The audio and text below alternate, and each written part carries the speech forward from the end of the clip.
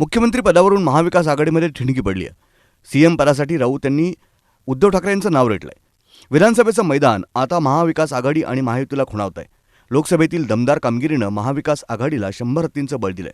विधानसभेत चमकदार कामगिरी करण्यासाठी आणि मतांचा कौल आपल्या पारड्यात टाकण्यासाठी आघाडी सज्ज झाली आहे. आजपासून पावसाळी अधिवेशनाचा बिगुल वाजलाय. महायुती सरकारवर तुटून पडण्याची वेळ आली आहे. असं असतानाच खासदार संजय राऊत यांनी मुख्यमंत्रीपदाच्या चेहऱ्यावरून रान पेटवलंय.